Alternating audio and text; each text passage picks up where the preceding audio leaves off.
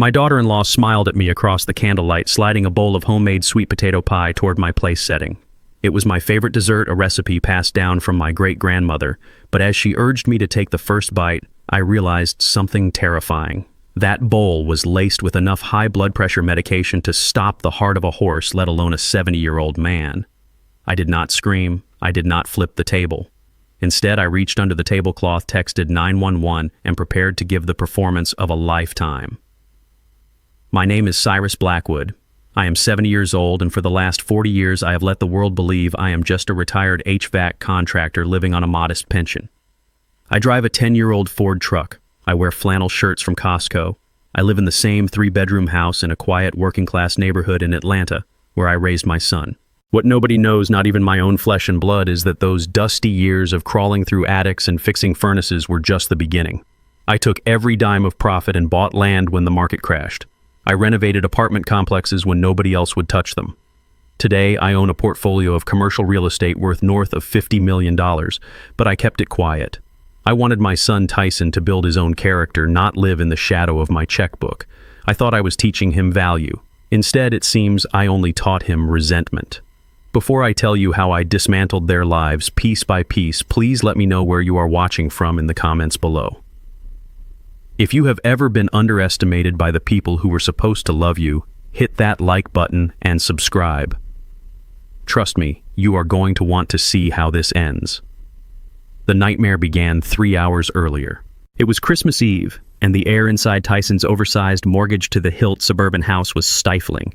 The heating was cranked up too high, likely to compensate for the drafty windows they could not afford to fix. My son Tyson sat at the head of the table, looking like a man shrinking inside his own skin.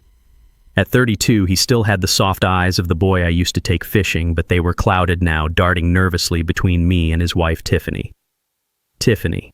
She sat there in a dress that probably cost more than my first car. Her blonde hair perfectly coiffed, her nails manicured into sharp red talons.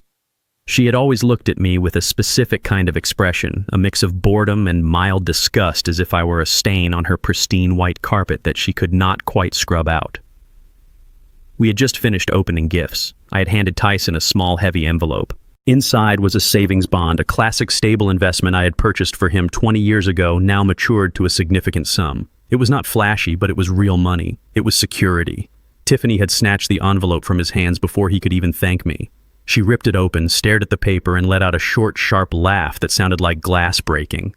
"Seriously, Cyrus," she said, tossing the bond onto the table like it was a piece of junk mail. "A savings bond. What is this? 1950? We are drowning in credit card bills for this renovation, and you give us paper money that we have to go to a bank to cash. We needed cash, or maybe that Rolex Tyson has been eyeing. You know something that actually shows you care about your son's status." Tyson looked down at his plate. "Tiffany, it is a generous gift," he mumbled, but his voice was so quiet it barely registered. "Generous?" she scoffed, pouring herself another glass of wine. "It is cheap. Just like that truck outside, just like those boots you refuse to replace, you are sitting on a paid-off house in a gentrifying neighborhood, Cyrus. You could sell that place, move into a condo, and give us the equity. But no, you would rather hoard it. You are selfish. That is what you are." I sat there feeling the familiar ache in my chest. It wasn't a heart condition. It was heartbreak. I looked at my son, waiting for him to defend me. Waiting for him to say, "Dad worked hard for that house. Dad put me through college. Dad is a good man." But Tyson said nothing. He just took a long swallow of his drink and avoided my eyes. That is when the dizziness hit me. It came on sudden and sharp, a wave of nausea that made the room tilt. I had eaten a few spoonfuls of the lobster bisque Tiffany had served earlier. It tasted overly salty, heavy on the spices. I gripped the edge of the table, my knuckles turning ashy against the white tablecloth. "Are you okay, Dad?" Tyson asked, his voice trembling slightly. "I just need some water," I managed to say, pushing my chair back. The wood scraped loudly against the floor. "I need to clear my head." "Sit down," Cyrus, Tiffany said, her voice changing instantly from shrill to sickly sweet. "I will get it for you. Rest. You look terrible." "No," I said, forcing myself to stand. My legs felt like lead. "I need to walk a bit. I will get it." I stumbled out of the dining room, leaning heavily on the wall. The hallway was lined with photos of Tiffany and Tyson on vacations I knew they could not afford. Cabo, Paris, aspen. Not a single photo of me. Not a single photo of my late wife Beatrice. It was a shrine to their vanity. I made my way toward the kitchen, intending to get a glass of cold water from the tap. The door was slightly ajar. As I approached, I heard the clinking of ceramic and hushed frantic whispering. I stopped. Decades of working on construction sites had taught me to be quiet when I needed to be. I pressed my back against the wall, peering through the crack in the door hinge. What I saw froze the blood in my veins. Tiffany was standing at the marble island. In front of her was the large ceramic bowl of sweet potato pie filling. Beside it lay a mortar and pestle and a scattering of blue pills. I recognized them instantly. They were my pills, my high-dosage beta blockers that I kept in my coat pocket for my arrhythmia. She was grinding them into a fine blue powder. "How many did you use?" Tyson whispered. He was standing by the refrigerator, his phone in his hand, his face pale and sweaty. "All of them," Tiffany hissed, dumping the powder into the orange mixture. She grabbed a spoon and began to stir it vigorously. The blue disappeared into the spices and the yam. "Is that too much?" Tyson asked, scrolling frantically on his phone. "Google says an overdose can cause cardiac arrest within an hour. What if it happens too fast? What if the paramedics see the symptoms?" "Stop being such a coward," she snapped. "He is old. He has a history of heart problems. Nobody is going to question it if his heart just gives out after a heavy Christmas meal. It happens all the time. We call 911, we cry, we tell them he complained of chest pains all night. It is airtight. But murder." Tiff Tyson's voice cracked. "He is my dad. He is an obstacle," she said, slamming the spoon down on the counter. She turned to face him, her eyes manic and wide. "Do you want to lose this house? Do you want the guys from Viper Capital coming back to break your legs over that gambling debt? We need his life insurance. We need the equity in his house, and we need it now. Not in 10 years when he finally kicks the bucket naturally. This is mercy, Tyson. We are putting him out of his misery and saving ourselves." Tyson lowered his phone. He looked at the floor, then back at the pie. "Okay," he whispered. "Okay, just make sure he eats it all." I felt bile rise in my throat. My own son. The boy I had taught to ride a bike. The boy I had held when he cried over his first heartbreak. He was not just letting this happen. He was researching the timeline. He was complicit. The dizziness I had felt earlier vanished, replaced by a cold, hard clarity. The adrenaline of survival flooded my system. I realized then that the soup had likely just been a test, a primer. The main event was the pie. I backed away from the door, moving silently across the plush carpet. I retreated into the living room, sitting in the armchair furthest from the kitchen. My hands were shaking not from fear, but from a rage so profound it felt like burning coal in my gut. I reached into my pocket and pulled out my phone. I did not dial the police immediately. I needed to be smarter than that. If I called the police now, they would claim I was confused senile. They would hide the pills. It would be my word against theirs. I needed undeniable proof. I needed a witness. I opened my text messages and typed 2 messages. The first was to 911. I kept it simple. Possible poisoning in progress. 70-year-old male. Address is 422 Oak Creek Lane. Suspects are preparing lethal dose in food. Send help, but silent approach. The second message was to Reggie King. Reggie was not just my lawyer. He was my brother-in-arms, a man I had served with in Vietnam 50 years ago. He was the only person who knew the true extent of my empire, and the only man I trusted with my life. Code Omega, I typed. Activate the protocol. They just crossed the line. Bring the team to the hospital. I hit send and deleted the messages from the chat history.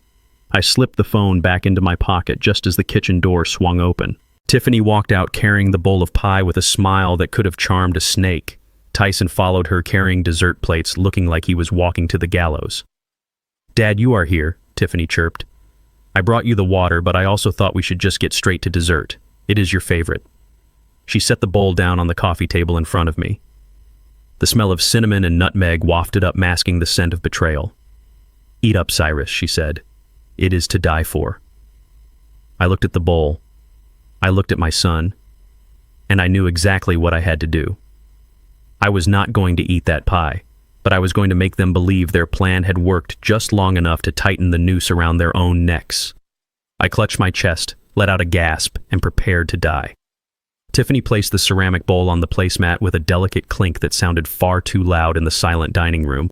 She smoothed her dress and took a step back, clasping her hands together under her chin in a pose of exaggerated anticipation. The steam rising from the bowl carried the rich, earthy scent of sweet potatoes, cinnamon, and nutmeg, a smell that usually transported me back to my mother's kitchen in Savannah. Tonight, however, it smelled like a chemical fire masked by sugar. I looked down at the orange mash. It was smooth, creamy, and perfectly innocent in appearance. There were no visible blue specks. She had done a thorough job with the mortar and pestle. "Go on," Cyrus Tiffany urged, her voice tight with a forced brightness. "It is best when it is piping hot. I know how much you love it." I looked up at her. Her eyes were wide, fixed on me with a predatory intensity. She was not blinking enough. Behind her, Tyson stood near the archway to the kitchen, wringing his hands. He looked like a man facing a firing squad. Sweat beaded on his forehead despite the chill I felt radiating from the table. He could not even look at the bowl. He was staring at his shoes, shifting his weight from foot to foot. I picked up my spoon. The silver felt cold and heavy in my hand, like a weapon I did not want to use. I dipped it into the mixture, swirling it slowly. The consistency was thick. I lifted a generous scoop, letting the steam waft toward my face. I watched them watch me. Tiffany leaned forward slightly, her breath held. Tyson finally looked up. His eyes locked on the spoon, hovering inches from my lips. I could see the terror in his face. It was not the terror of losing his father. It was the terror of committing the act. He was weak. He had always been weak. I had tried to toughen him up, taking him to job sites, showing him how to negotiate contracts, but he had always preferred the easy route, and now the easy route was murder. "Is something wrong?" Dad Tyson asked, his voice cracking. "You are just staring at it. I am just savoring the aroma." I said, my voice steady despite the rage burning in my gut. "It smells different this year. Did you change the recipe, Tiffany?" She flinched, a microscopic jerk of her head. "Just a dash of extra clove," she said quickly, "and maybe a secret ingredient. You know I like to experiment. Just try it, please." I brought the spoon closer to my mouth. I could see the muscles in her neck tense. She was practically vibrating with the need for me to swallow that poison. I held the spoon there for 5 seconds, 10 seconds. I let the silence stretch until it was thin and brittle. Then I dropped the spoon. It clattered loudly against the rim of the bowl, splashing a small dollop of the orange mixture onto the white tablecloth. I let out a sharp, guttural gasp. My hand flew to my chest, clutching the fabric of my flannel shirt. I squeezed my eyes shut and let out a low groan of pain. Cyrus Tiffany shrieked, but she did not move toward me. I convulsed in the chair, throwing my head back. I knocked my water glass over with my other hand, sending ice and water cascading across the table. I let my body go limp and slid sideways, crashing heavily onto the hardwood floor. Dad Tyson yelled. I lay on the floor, my face pressed against the cold wood. I kept my eyes squeezed shut, my breathing ragged and loud. I needed to sell this. I needed them to believe I was dying, but I also needed to see what they would do. I heard Tyson running toward me, his footsteps heavy and frantic. He dropped to his knees beside me. Dad, can you hear me? Don't touch him," Tiffany hissed. Her voice was right above me. She must have moved closer. "What is happening?" Tyson, panic was rising. "He has not even eaten the pie yet. Look at the bowl, Tiffany. It is full." He did not take a single bite. I lay there, letting out a wheezing breath, my body twitching sporadically. This was the moment. This was the confirmation. A loving son would be calling 911. A loving daughter-in-law would be checking my pulse. But they were not doing that. "He did not eat it," Tiffany whispered, and her voice was trembling with a different kind of fear now. "If he dies of a natural heart attack right now, that is fine. That is lucky. But what if he does not die? What if the paramedics come and find the pills in the pie? We have to get rid of it," Tyson said. His voice was frantic. "Flush it. Flush it down the disposal." "No, you idiot," Tiffany snapped. "If we dump it now and he survives, he will wonder why we threw away his dinner. We have to hide it. Put it in the fridge. No, put it in the trash under the other garbage. Quickly." I heard the clatter of the bowl being snatched from the table. I heard footsteps retreating into the kitchen. They were scrambling. They were terrified. Not because I was in pain, not because I was dying on their floor, but because their weapon was still loaded and sitting on the dining room table. "Call 911. Tyson Tiffany yelled from the kitchen. "You have to call them now. We cannot wait too long or it looks suspicious. Tell them he collapsed. Tell them he has a heart condition."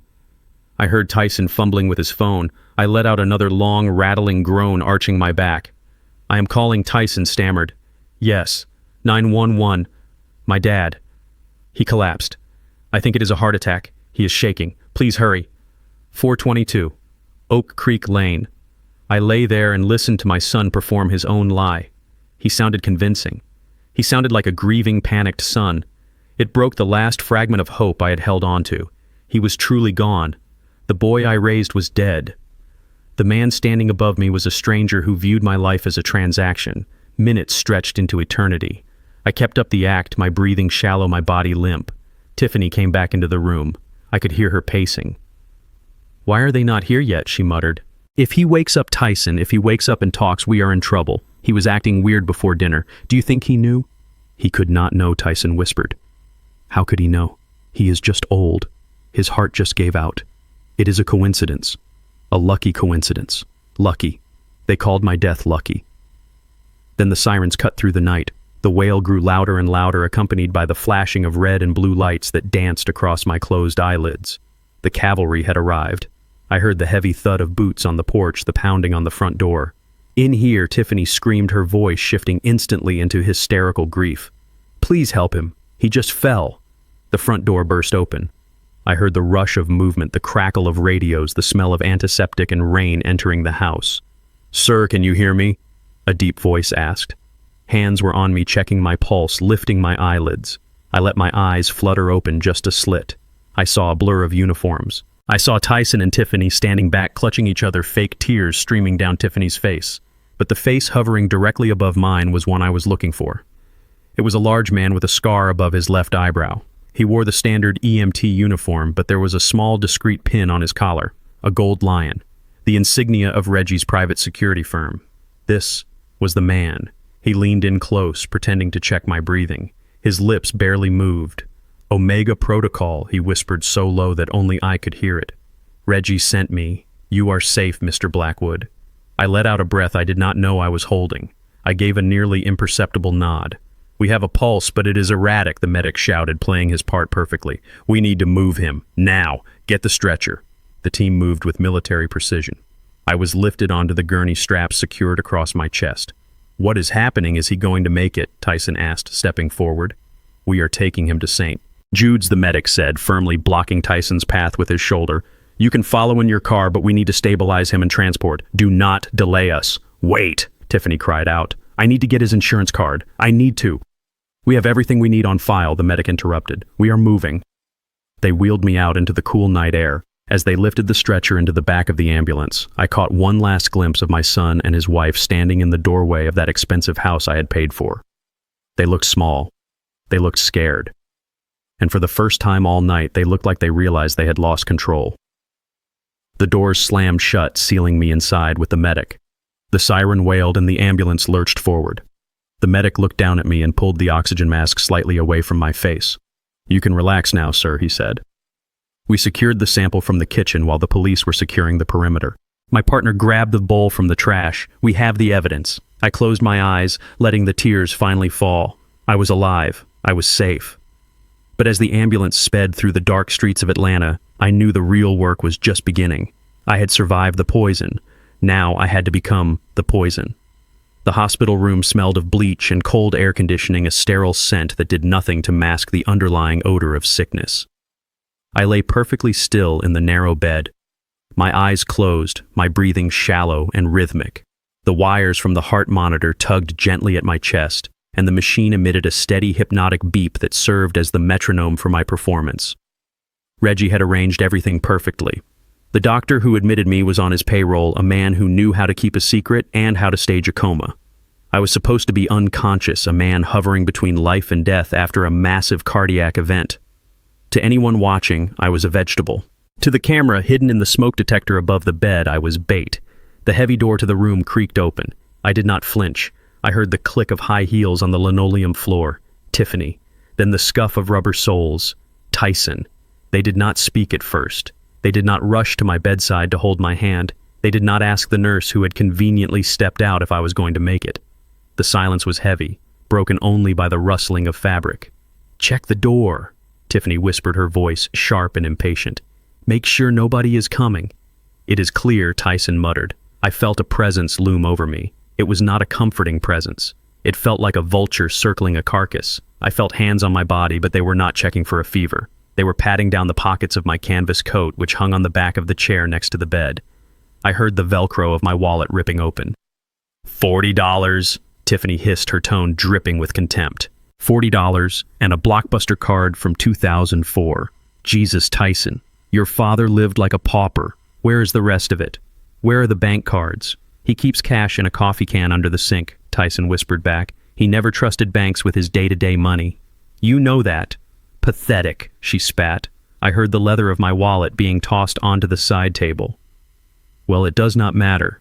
The cash is peanuts compared to the real prize. Get the paper. We need to do this before he wakes up or dies. I lay there, my heart rate remaining steady through sheer force of will, listening to the rustle of stiff paper being unfolded. It sounded like heavy stock official. This is it, Tyson said, his voice trembling slightly. The general power of attorney. I downloaded the template this morning. It gives us control over everything. Medical decisions, real estate, bank accounts. If we get this executed, we can liquidate his assets before the probate courts even get a whiff of a death certificate. But he cannot sign it, Tiffany snapped. Look at him. He is out cold. That is why we brought the ink pad, Tyson said. Section 4, paragraph 3. A signature by mark or fingerprint is valid if the subject is physically unable to sign due to medical incapacity provided it is witnessed. And who is the witness, Tiffany asked. I am, Tyson said. And you are. We will just say he was awake for a second, lucid enough to nod, and we helped him guide his hand.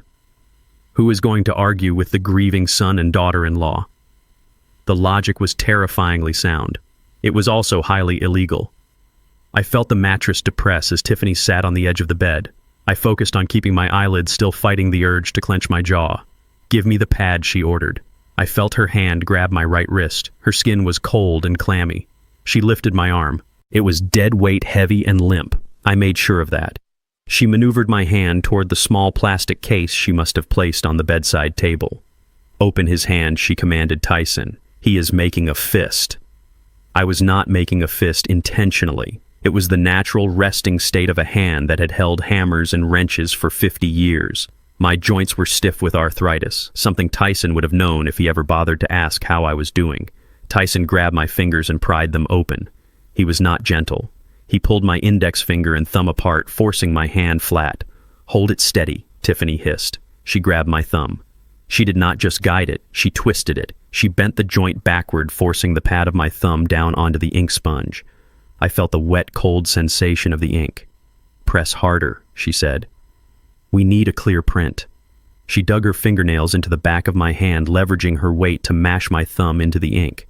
The pain was sharp and sudden. She was bending my thumb so far back I felt the tendons strain. It took every ounce of discipline I had learned in the jungles of Vietnam not to recoil, not to snatch my hand back and strike her. I remained a statue. Okay, bring the paper here, she said. I felt the paper brush against my arm. She lifted my inky thumb and slammed it down onto the document. She rolled it side to side, grinding my skin against the fiber of the paper to ensure the ridges of my print transferred. One more, she said, just to be safe. On the second page. She repeated the process. This time she was even rougher. She twisted my wrist at an awkward angle. I felt a pop in my joint. Pain shot up my arm, hot and electric. I let out a low, involuntary groan, a sound that could easily be mistaken for the moan of a dying man. He is making noise, Tyson said, panic rising in his voice. Hurry up. I am hurrying, she snapped. There. Done. She dropped my hand. It flopped onto the sheets, throbbing. I could feel the sticky ink drying on my skin, a mark of their crime. Wipe it off, Tyson said. If the nurse sees the ink, she will know. Use the wet wipes, Tiffany said. She scrubbed my thumb with a rough alcohol-soaked cloth. She did not care if it stung. She rubbed until my skin was raw and red, erasing the evidence from my body. But the evidence on that paper was permanent, and the evidence on the camera recording their every move was eternal. I lay there listening to them shuffle the papers back into a folder.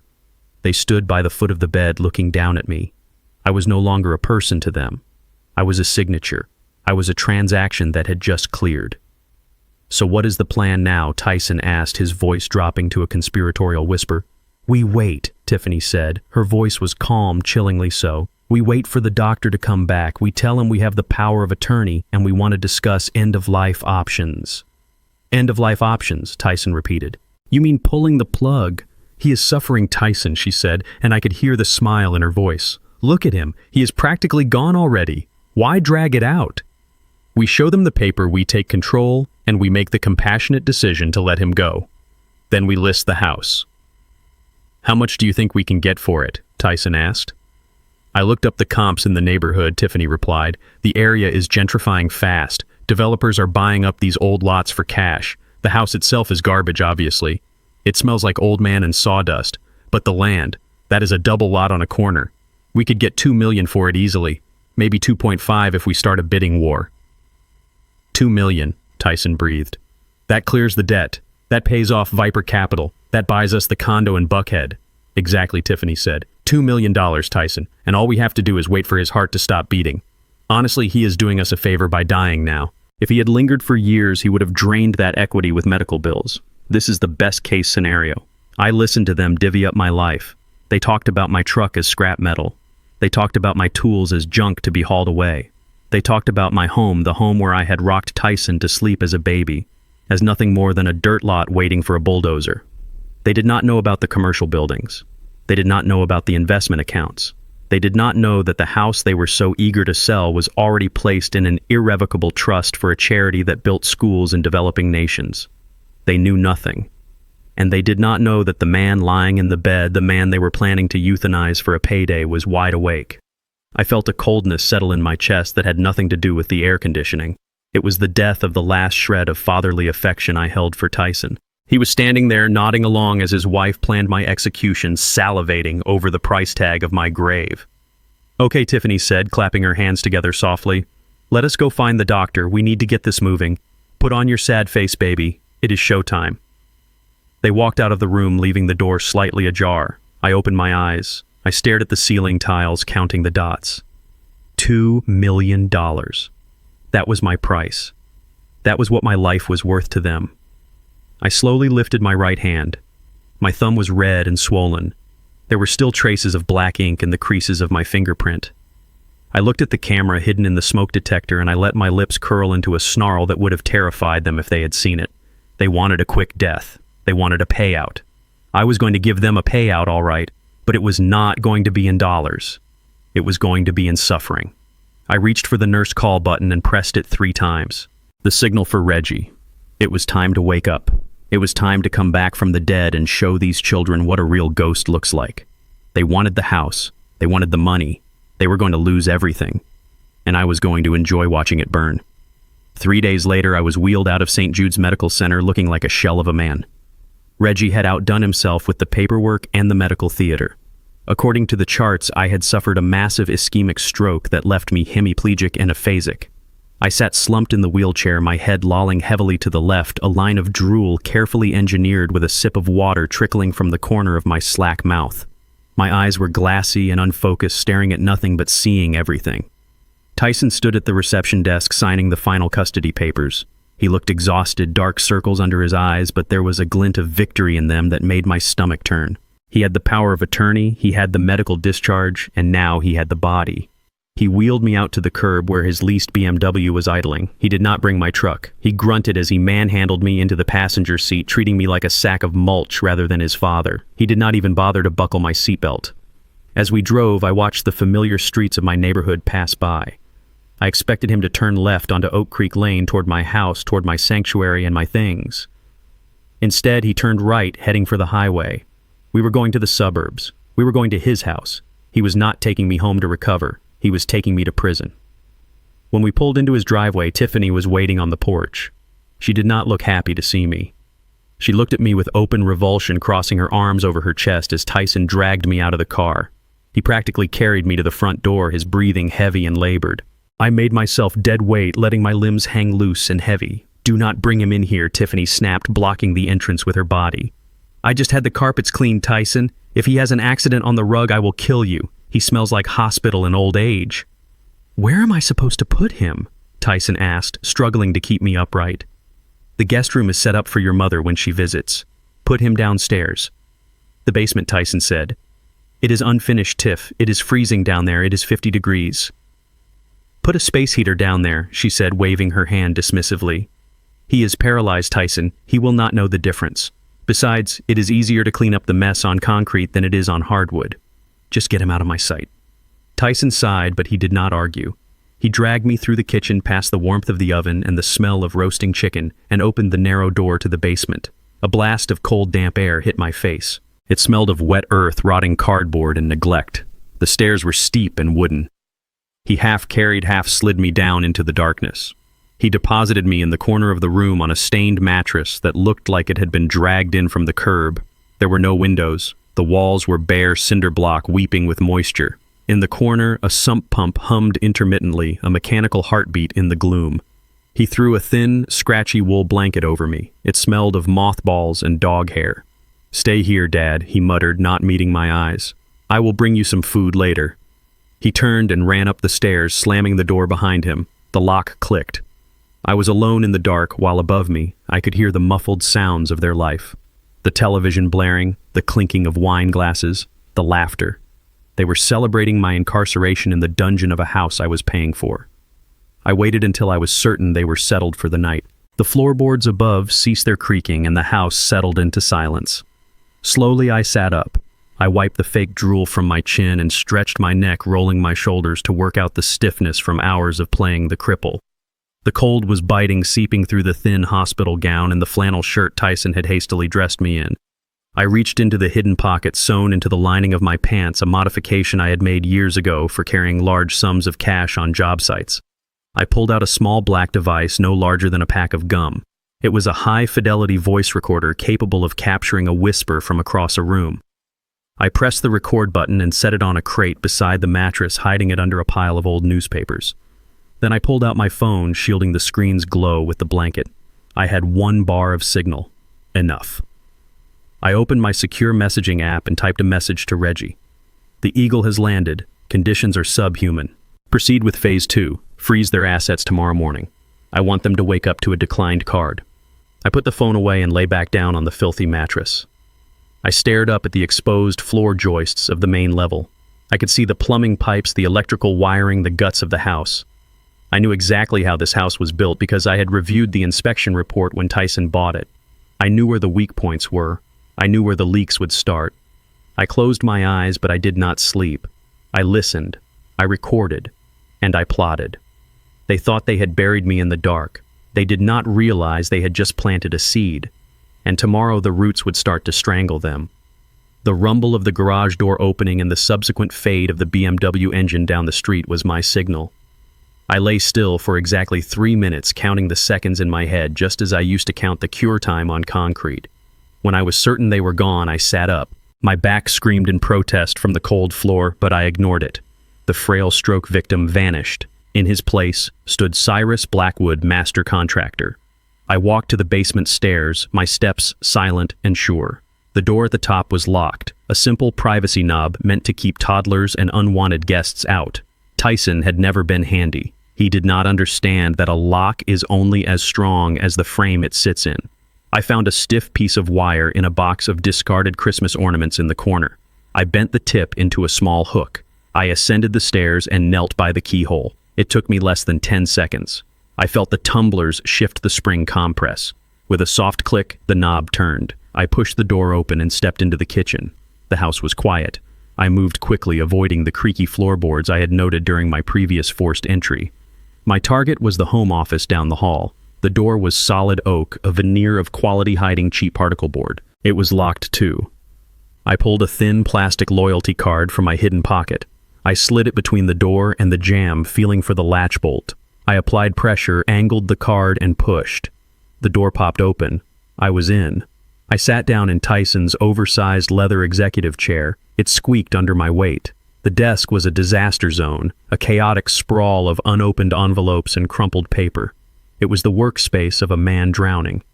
I started with the stack of mail on the left. Past due. Final notice. Collections. I pushed those aside and found a manila envelope buried under a pile of car magazines. I opened it. Inside was a letter from the bank where Tyson claimed to be a vice president. It was a termination notice dated 2 years ago. He had not been laid off. He had been fired for gross negligence and failure to follow compliance protocols. 2 years. He had been waking up every morning, putting on a suit, and leaving the house to pretend to work for 2 years. I felt a pang of pity that was quickly extinguished by the next document I found. It was a credit card statement for a Platinum Amex. The balance was staggering.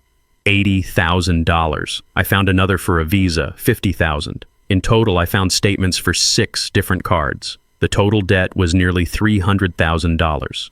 I scanned the transaction logs. It was a catalog of narcissism. $3,000 for a handbag at Louis Vuitton, $500 for a dinner at Nobu, weekend trips to resorts in the Caribbean, spa treatments, leased luxury cars. They were living like royalty on borrowed dimes. They were not just broke, they were destitute, they were insolvent, and they were funding this charade by bleeding me dry. I opened the bottom drawer of the desk. It was locked, but the mechanism was cheap zinc. I braced my foot against the desk leg and gave the drawer a sharp yank.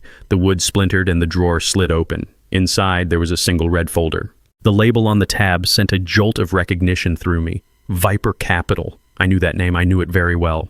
I opened the folder and my breath hitched in my throat. It was a high-interest, short-term loan agreement, a hard money loan, $50,000 cash with an interest rate that bordered on criminal, weekly compounding, aggressive collection clauses.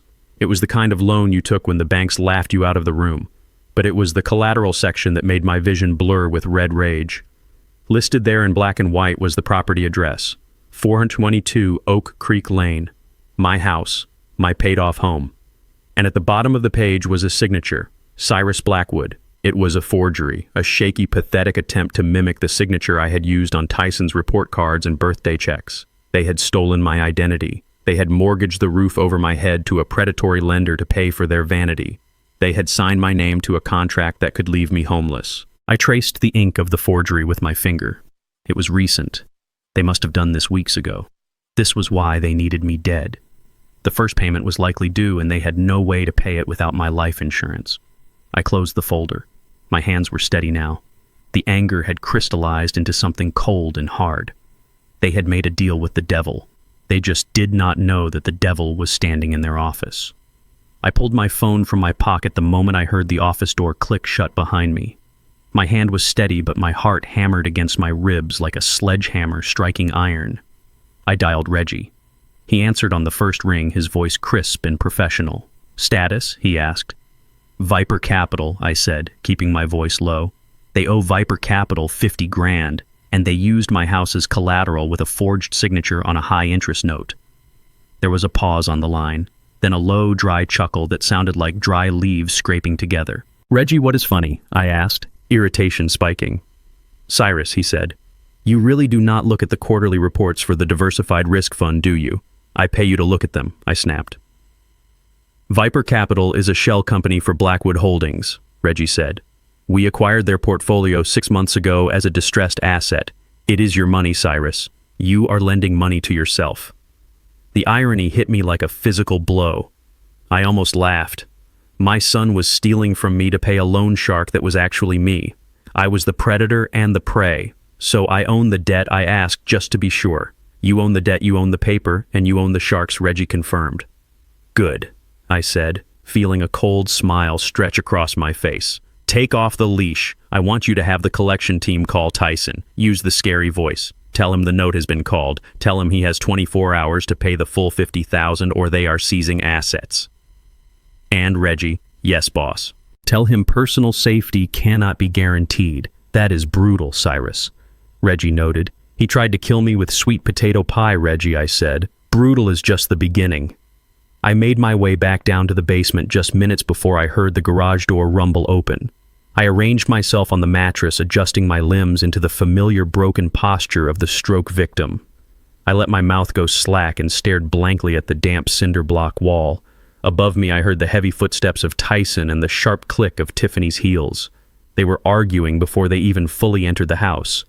"We have to sell the jewelry," Tyson was saying, his voice high and tight. "It is the only way." "We are not selling my jewelry," Tiffany shrieked. "Those are my assets."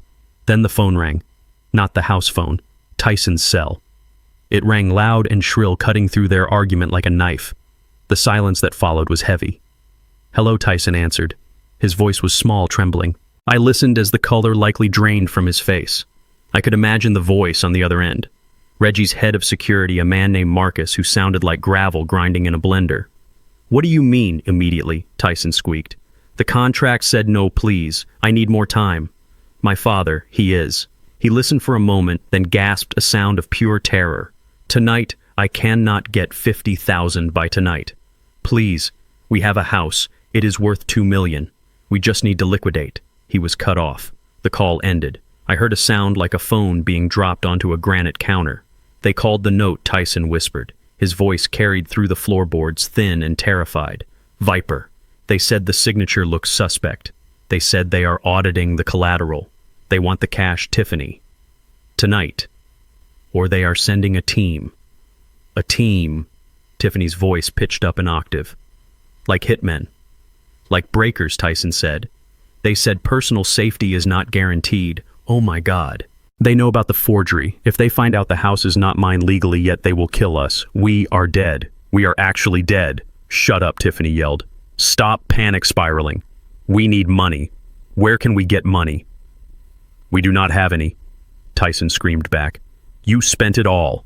The credit cards are maxed. The bank accounts are overdrawn. We have nothing." The argument exploded. It was a symphony of blame. "This is your fault," Tyson yelled. "You had to have the Mercedes. You had to have the renovation. You bled me dry." "My fault," Tiffany screeched. "You are the one who lost his job 2 years ago and was too much of a coward to tell anyone. You are the one pretending to be a banker while you play video games at Starbucks. I am the one keeping up appearances. Appearances do not pay the shark." I heard stomping. The basement door flew open. Light flooded down the stairs, blinding me. Tyson stomped down the wooden steps, his face red and sweaty, his eyes wild. Tiffany followed him, looking like a cornered rat. They stood over me. I did not move. I did not blink. "Look at him," Tyson spat, kicking the mattress near my leg. "Just lying there, useless. He has millions in equity sitting in that house, and he is just breathing air." "He is the reason we are in this mess," Tiffany hissed. She leaned down, her face inches from mine. I could smell the wine on her breath. "If you had just died," she whispered, her voice venomous.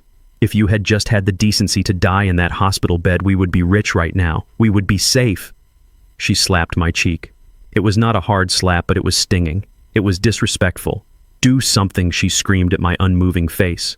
"Die. Die, so we can sell your house." Tyson grabbed her arm. "Stop it. He does not understand. He is a vegetable. He is a stubborn old mule," she said, straightening up, "and he is going to get us killed." "Maybe," Tyson said, looking at me with a dark, desperate glint in his eyes that I had never seen before. "Maybe he can still help us, just not the way he intended." "What do you mean?" Tiffany asked. "If Viper wants money," Tyson muttered, staring at my chest, "maybe we can give them something worth money. Or maybe we just need him to disappear so we can claim the insurance faster. No more waiting for nature. We need to accelerate the timeline." They looked at each other. The fear in the room shifted. It was not just panic anymore. It was resolve. They turned and went back up the stairs, locking the door behind them. I lay in the dark, my cheeks still stinging from her slap. They thought they were trapped. They did not know they were locked in a cage with the zookeeper. And I had just decided it was feeding time. The air in the basement grew heavy, not just with the damp chill of the earth, but with the suffocating weight of desperation.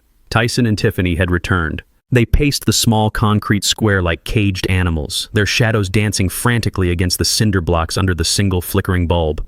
The threat from the collection agency had cracked something vital inside them. Civilization was peeling away layer by layer, leaving behind raw, primal fear.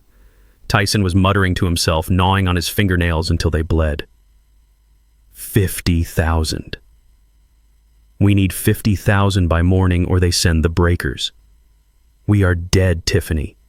We are dead." Tiffany stopped pacing.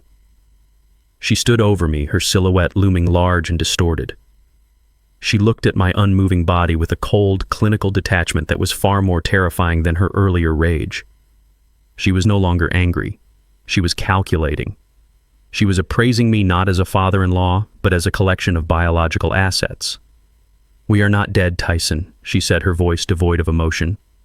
"We just need to be creative. We have a resource right here that we are not utilizing." Tyson looked at her, confused. "What do you mean?"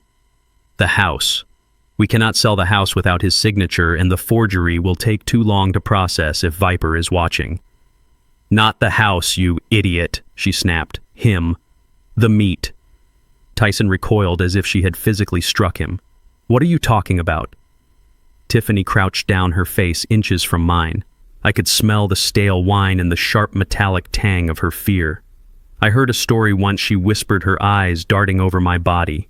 My friend in med school knew a guy. They pay top dollar for viable organs in Mexico. Kidneys, livers, corneas, even skin grafts. He is old, but he is healthy.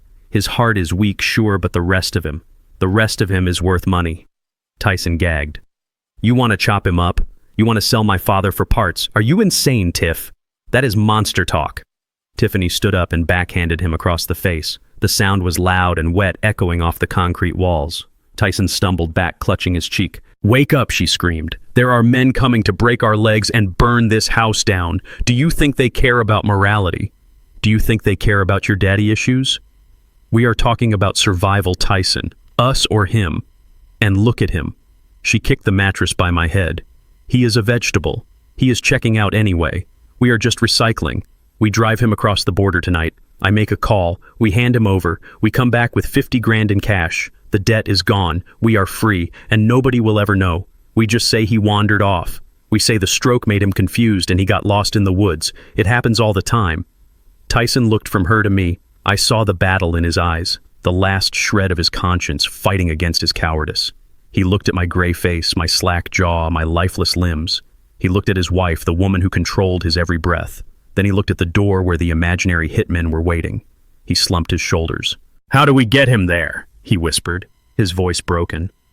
We load him in the trunk, Tiffany said, a cruel smile spreading across her face, just like luggage. I lay there and felt the last tether of familial bond snap. It did not break with a bang, but with a silent, mournful sigh. They were not just greedy. They were not just entitled. They were predators. They had crossed the line from bad children to monsters. The sweet potato pie had been an attempt at a clean, quiet murder, a mercy killing in their twisted minds. But this was butchery. This was desecration. They were planning to hollow me out like a pumpkin and sell the seeds. I realized then that my plan to simply scare them, to teach them a lesson about money and gratitude, was insufficient. You do not teach a lesson to a rabid dog. You put it down. This was no longer a game of chess. This was war, total and absolute. I felt the cold concrete against my back and made a silent vow to the son I had once loved. You want to sell me for parts, Tyson? You want to trade my life for your freedom? I am going to strip you of everything. I am going to take your freedom, your future, and your name. You will wish the hitmen had found you. You will wish you had never opened that basement door. I closed my eyes and slowed my breathing, waiting for them to leave to make their preparations. They thought I was the cargo. They did not know I was the bomb. And the timer had just hit 0. The transition from the tomb of the basement to the main floor was jarring, not because of the warmth, but because of the noise. The house was vibrating with the heavy bass of music that did not belong in a residential neighborhood, and the air was thick with the smell of cheap cologne and desperation. Tyson and Tiffany had dragged me up the stairs an hour earlier. They had stripped off my hospital gown and forced my stiff limbs into an old suit of mine they had dug out of storage. It was moth-eaten and smelled of cedar and neglect, but it was necessary for their charade. They planted me in a wheelchair they must have rented or stolen and parked me in the corner of the living room like a piece of avant-garde furniture. I sat there, my head lolling to the side, my eyes half open, observing the carnival of vultures they had invited into my home. These were not friends. These were not neighbors coming to offer casseroles and condolences. These were sharks. I recognized the type immediately from my years in the business. Hard money lenders looking for a quick flip, unlicensed real estate wholesalers who preyed on distress, pawn shop owners who did not ask for receipts. Tyson and Tiffany were hosting a fire sale and I was the inventory. They were desperate to raise the $50,000 for Viper Capital before the sun came up, and they were willing to sell anything that was not nailed down, including the deed to my house, which lay on the coffee table amidst a sea of empty beer bottles and half-eaten appetizers. I watched Tyson work the room. He was sweating through his shirt, his eyes darting nervously toward the door every few minutes, expecting the hitmen to kick it down. He was trying to sell my tools, my truck, and even the copper wiring out of the walls to a man with a gold tooth and a snakeskin jacket. I will give you $5 grand for the truck and the tools, the man said, laughing as he tapped ash onto the carpet. $5 grand, Tyson squeaked. The truck alone is worth 20. Not without a title and not fast, the man sneered. You want cash tonight or do you want to negotiate? Tyson took the cash. My heart burned, but I did not move. But the real horror was Tiffany. She was holding court by the fireplace, wearing a dress that was far too short, and holding a glass of wine that was far too full. She was introducing me to people not as her father-in-law, but as an asset. "This is the golden goose," she slurred, gesturing to me with her glass. "The doctors say he could go any day now. Stroke took out everything upstairs. He is just a body waiting for a signature." A man I did not recognize walked over to me. He was wearing a suit that cost more than Tyson made in a year, but he wore it like a costume. He smelled of expensive scotch and rot. He leaned down, his face inches from mine. I could see the broken capillaries in his nose. "So this is the old man holding up the deal," he said, blowing smoke into my face. He poked me in the chest hard with a finger adorned with a heavy gold ring. "Hey, Pops! You in there? Can you hear me?" I stared past him, my gaze fixed on a water stain on the ceiling. I let a line of drool escape my lips. "Gross!" The man laughed, straightening up. He looked at Tiffany. "You said he was compliant. He looks disgusting. He is harmless." Tiffany laughed, walking over. "Watch." She stood in front of me. The room went quiet. The sharks smelled blood. They wanted to see the show. They wanted to see just how broken the old man was. Tiffany dipped her finger into her wine glass and flicked red droplets onto my face. "Wake up, Cyrus," she sang. "It is a party." The guests laughed. It was a cruel braying sound. Encouraged, she took a sip of wine and then deliberately tilted her glass. A stream of dark red liquid poured onto the lap of my suit, soaking through the fabric, staining the white shirt underneath. It looked like a gunshot wound. It looked like blood. "Oops," she giggled, pretending to cover her mouth. My hand slipped. "Look at him. He does not even care. He likes it. He is probably thirsty." She poured the rest of the glass over my head. The wine ran down my forehead into my eyes, stinging and blurring my vision. It dripped off my nose and chin onto the floor. I sat there drenched in alcohol and humiliation while 20 strangers laughed at my degradation. "Someone snap a picture," the man in the snakeskin jacket yelled. "Send it to the nursing home. Tell them he comes pre-marinated." Tyson stood in the corner watching. He did not laugh, but he did not step forward either. He took a long drink from his bottle and looked away, unable to watch his wife baptize his father in mockery. He was a coward, a complicit, spineless coward. I did not wipe the wine from my eyes. I did not blink. I let the liquid sting. I let it burn, because that burn was fuel. I used the blur of the wine to mask the movement of my eyes as I scanned the room. I was not a vegetable. I was a camera. I was a recording device. I was cataloging every face in that room. I memorized the man with the gold tooth. I knew him. He ran a chop shop in the South District. I memorized the man in the expensive suit. He was a disbarred lawyer known for facilitating fraudulent deed transfers. I memorized the woman in the corner eyeing my grandmother's china cabinet. She was a fence for stolen antiques. This was not a party. It was a gathering of the criminal underground, and my son had invited them into our lives. Every laugh, every insult, every drop of wine was being filed away in the steel trap of my mind. They thought they were mocking a helpless old man. They did not know they were providing a deposition for their own prosecution. I watched Tiffany refill her glass. She was glowing with the power of her cruelty. She felt untouchable. She thought she had won. She thought that by dehumanizing me, she made it easier to sell me off piece by piece. She did not realize that she was stripping away the last of my mercy. I focused on Tyson. I watched him take the envelope of cash from the chop shop owner. $5,000 for a lifetime of hard work.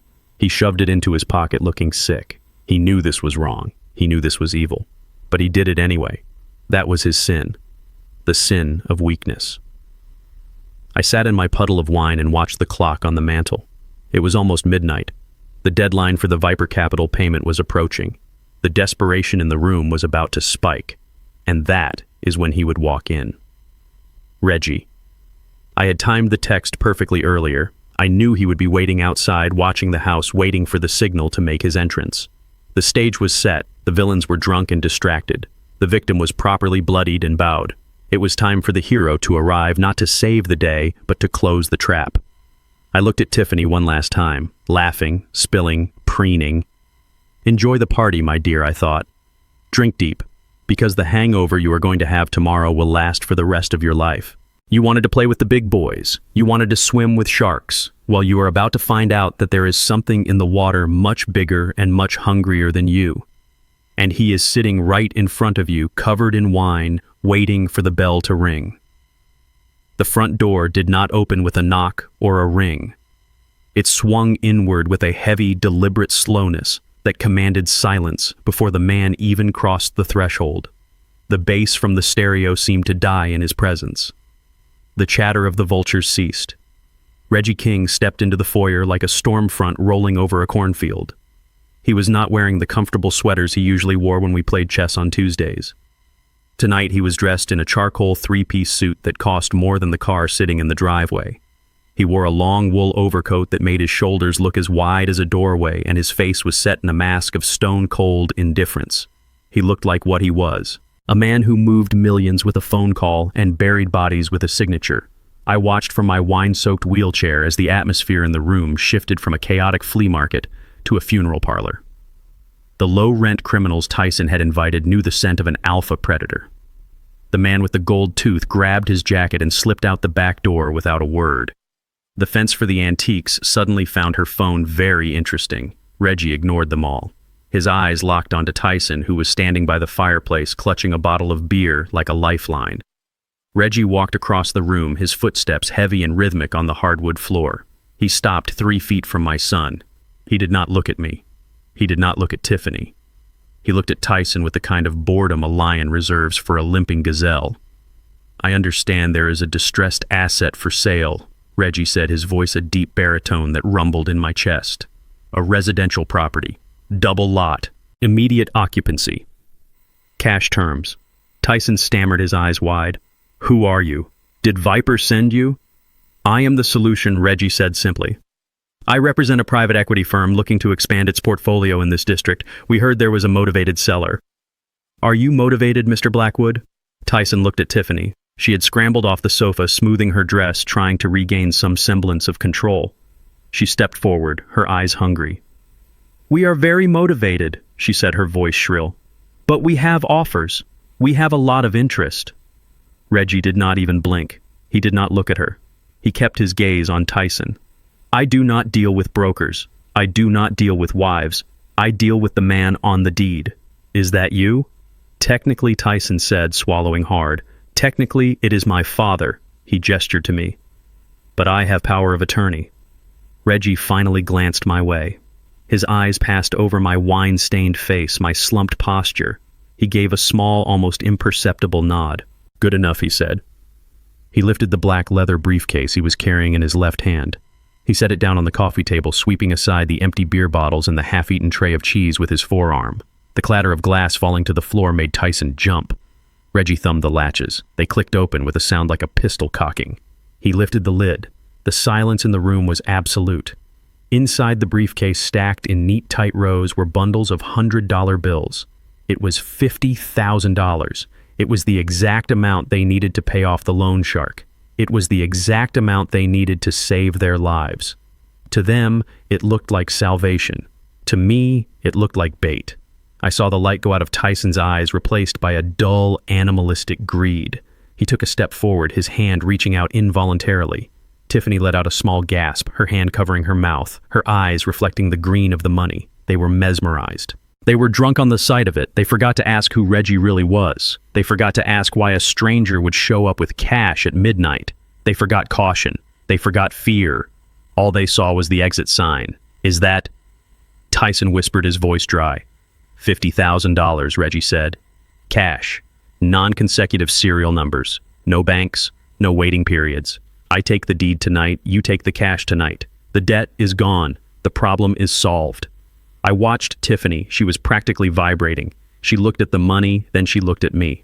I could see the gears turning in her head. She was already spending it. She was already planning the next lie, the next scam. She did not care about the house. She did not care about me. She just wanted the immediate fix. "We will take it," she said, stepping in front of Tyson. "We accept. Where do we sign?" Reggie pulled a single sheet of paper from the inside pocket of his coat. He placed it on the table next to the money. It was a dense document covered in fine print. He produced a heavy fountain pen and set it down on the paper. "The owner signs," Reggie said, "right there on the bottom line." "But he cannot write," Tyson said, his eyes tearing away from the money for a second. "He had a stroke. His hands do not work." Reggie stared at him. "Then use his thumb." A fingerprint is legal binding in the state of Georgia for incapacitated grantors provided it is witnessed. I will witness. You will witness. Reggie reached into his pocket and pulled out a small red ink pad. He tossed it onto the table. It slid across the wood and stopped right in front of Tyson. Do it, Reggie commanded. Do it now, or the briefcase closes and I walk out that door. And I promise you the next man who walks through that door will not be bringing money. He will be bringing a baseball bat. Tyson flinched. The threat of the breakers was still fresh in his mind. He looked at the money. He looked at the ink pad. He looked at me. I sat motionless, letting the drool pool on my collar. I made no sound. I offered no resistance. Tyson grabbed the ink pad. He rushed over to me, dragging the coffee table closer with his foot so the document was within reach. He grabbed my hand. His palms were sweating. He was trembling so hard his teeth were chattering. Sorry, Dad, he muttered, but he did not look me in the eye. I have to do this. It is for us. It is for the family. He grabbed my thumb. He did not twist it this time. He did not need to be cruel. He just needed to be fast. He pressed my thumb into the red ink. It felt wet and cold. He dragged my hand over to the document. Right there, Reggie said, pointing to the line. Press hard. Make it legible. Tyson pushed my thumb down onto the paper. He leaned his weight into it, grinding my skin against the fiber, ensuring a perfect impression. I felt the paper beneath my skin. I knew what it was. It was not a deed of sale. It was a confession. It was a waiver of all rights and an acceptance of full criminal liability for fraud, embezzlement, and attempted murder. It was a document Reggie and I had drafted days ago, and Tyson, in his greed and panic, was too blind to read a single word of it. He just saw the line. He just saw the money. He lifted my hand. A perfect red fingerprint sat on the page like a bloodstain. Done, Tyson said, breathless. It is done. Reggie picked up the paper. He blew on the ink to dry it. He folded it carefully and placed it back in his pocket. Yes, Reggie said, his voice dropping an octave. It is done. He closed the briefcase. He latched it, but he did not push it toward Tyson. He kept his hand on the handle. Tyson reached for it. Okay, hand it over. Reggie did not move. He just stood there looming over my son, a dark tower of judgment. The room felt suddenly very small and very cold. There is just one thing, Reggie said. A small technicality. What technicality? Tiffany snapped.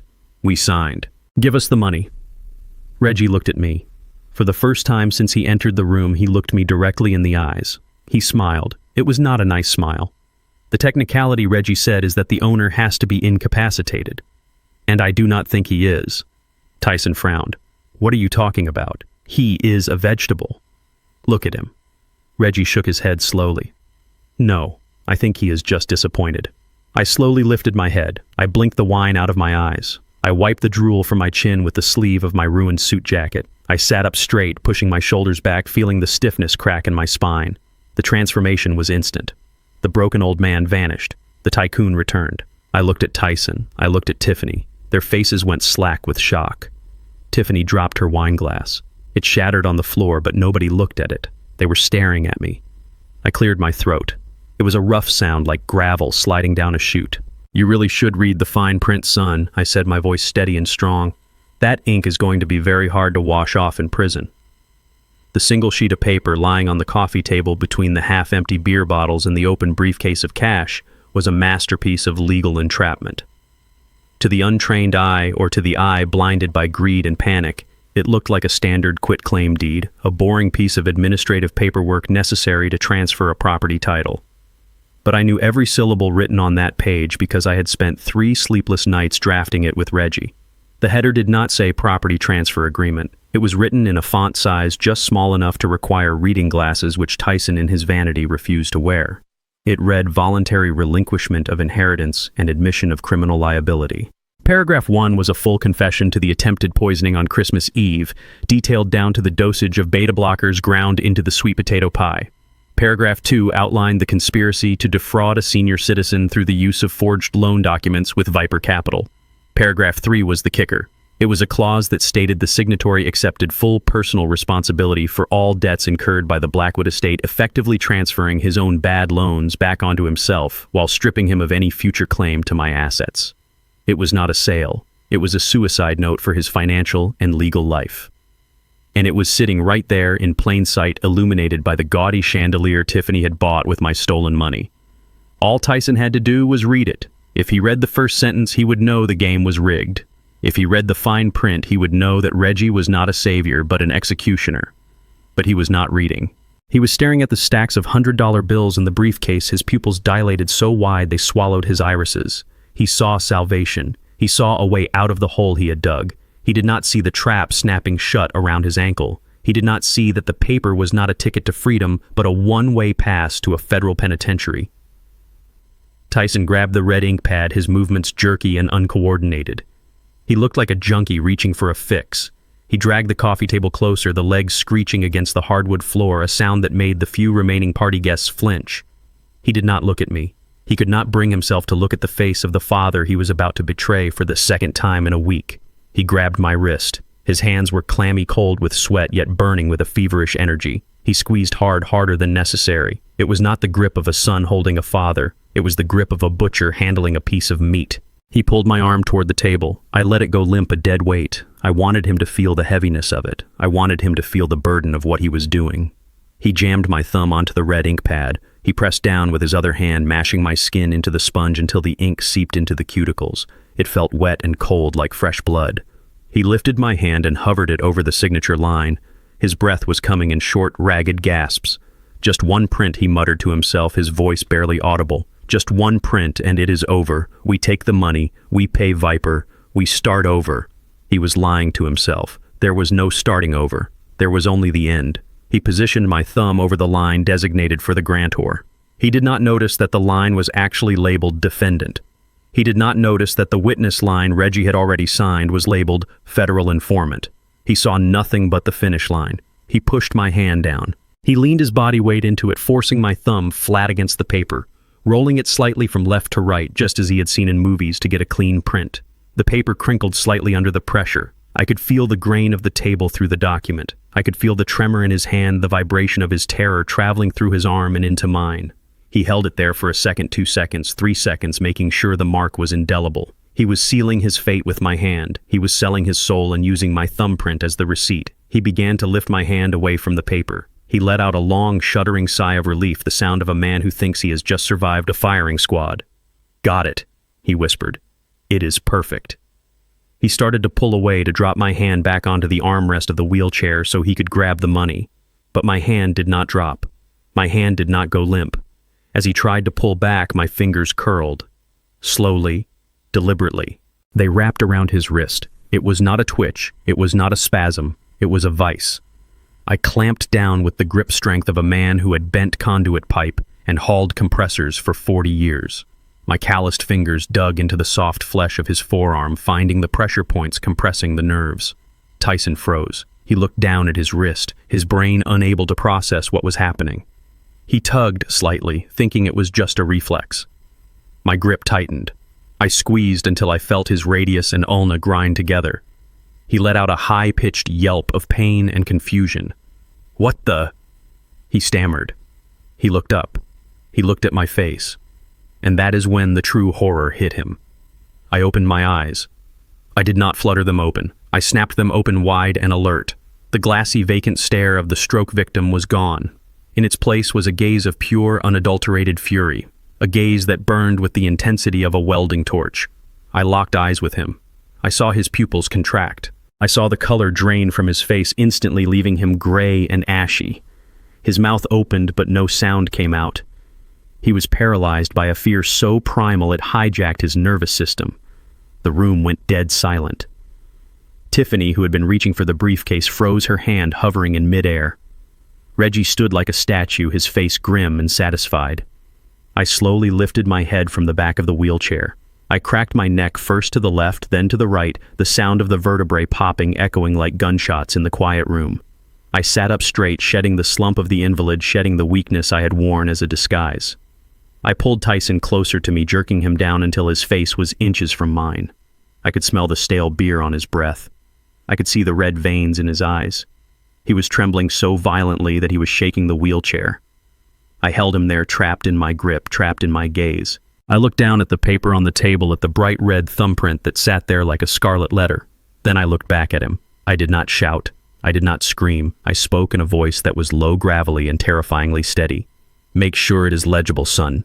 I said, my voice filling the room. "That ink is going to be very hard to wash off where you are going." Tyson let out a sound that was half sob, half scream. He tried to yank his arm away, but I held him fast. I was the anchor, and he was the drowning man. "You thought I was asleep," I hissed, leaning closer. "You thought I was gone. But I was watching you. I was listening to you. I heard you sell me to the chop shop. I heard you plan to dump me in Mexico, and I felt you press my thumb onto your own death warrant." "Dad," he whispered, his voice cracking.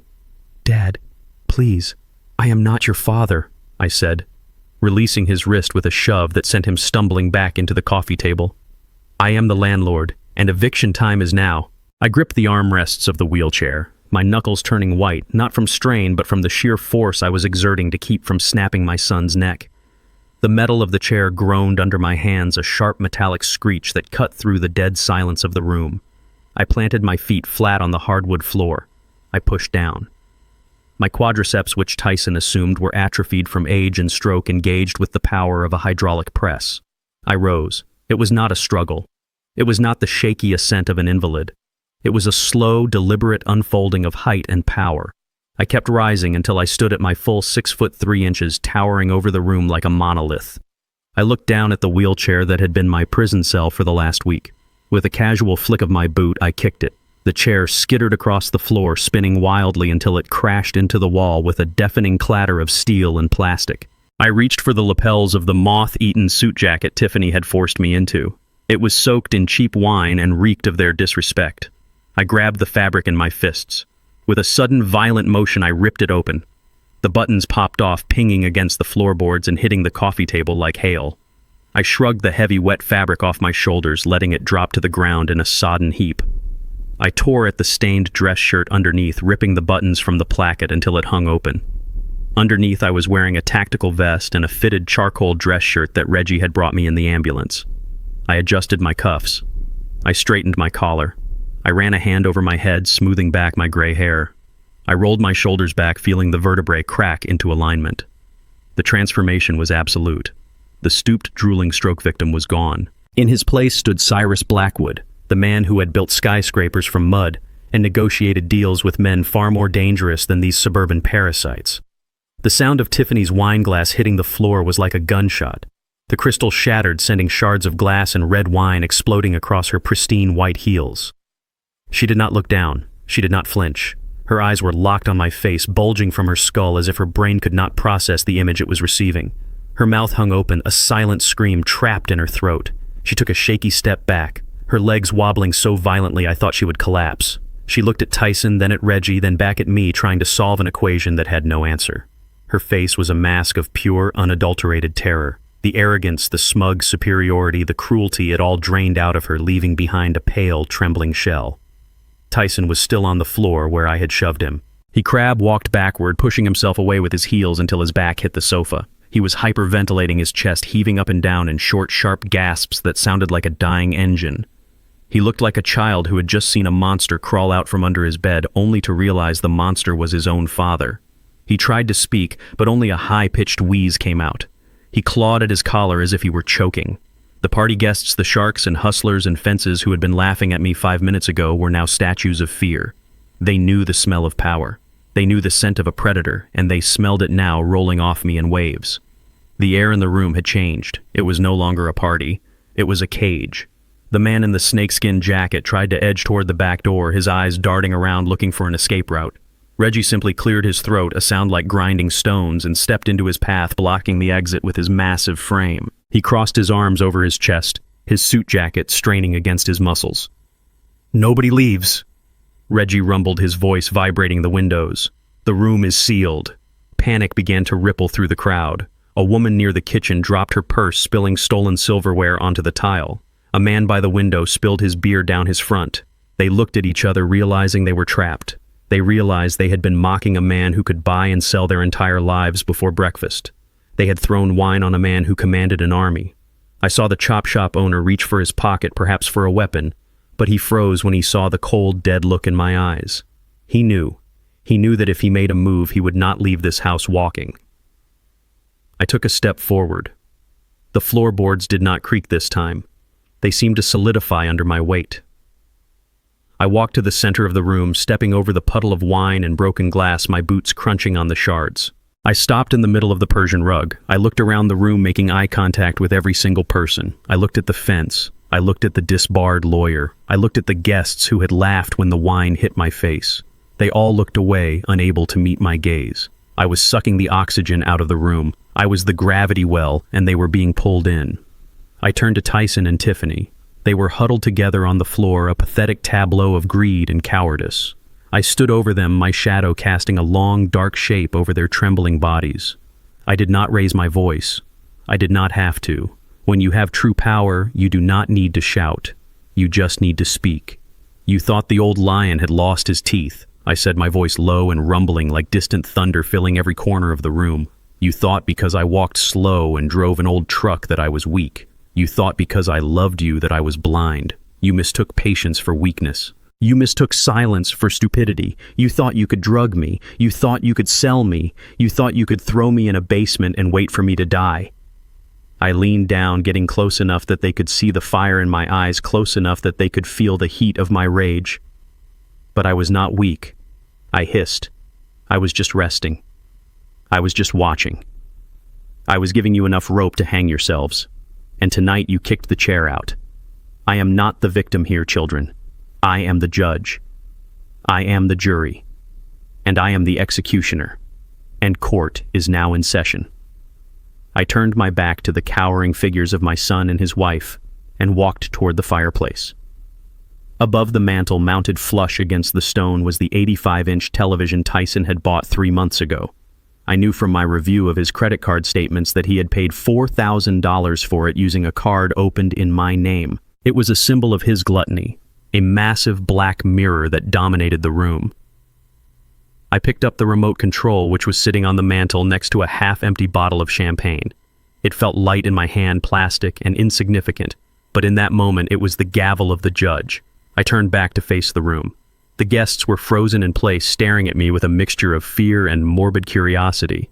They knew something was coming. They knew the violence was over, but the judgment was just beginning. You all came here for a show, I said, my voice booming in the silence. You came to pick the bones of a dying man. You came to celebrate the liquidation of my life. Well, I am a gracious host. I would hate to send you home without entertainment. I pointed the remote at the screen and pressed the power button.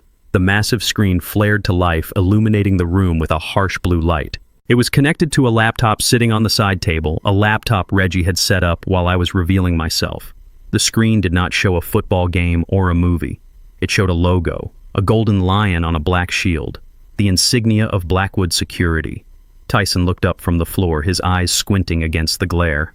"What is that?" he whispered. "This," I said, "is the family home video you never knew we were making." I pressed play. The image on the screen was crystal clear. It was high-definition footage taken from a camera hidden in the smoke detector of the kitchen. The timestamp in the corner read December 24th, 6:40 p.m. The room gasped. There on the screen, larger than life, was Tiffany. She was standing at the island, her face twisted in a mask of intense concentration. The audio was perfect, amplified by the expensive surround sound speakers. The sound of ceramic grinding against ceramic filled the room. Scrape, scrape, scrape. We watched as Tiffany poured the blue powder from the mortar into the bowl of sweet potato pie. We watched Tyson standing in the background, scrolling frantically on his phone. "How long does it take?" Tyson's voice echoed from the speakers loud and clear. "Less than an hour if the dose is high enough," Tiffany's voice replied.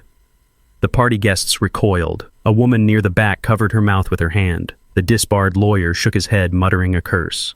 They were criminals, yes, but there is a hierarchy to crime. Theft is one thing. Poisoning your own father at Christmas dinner is a level of depravity that even the underworld finds repulsive. I fast-forwarded. The screen flickered and the scene changed. Now the image was grainy, green-tinted night vision. It was the basement.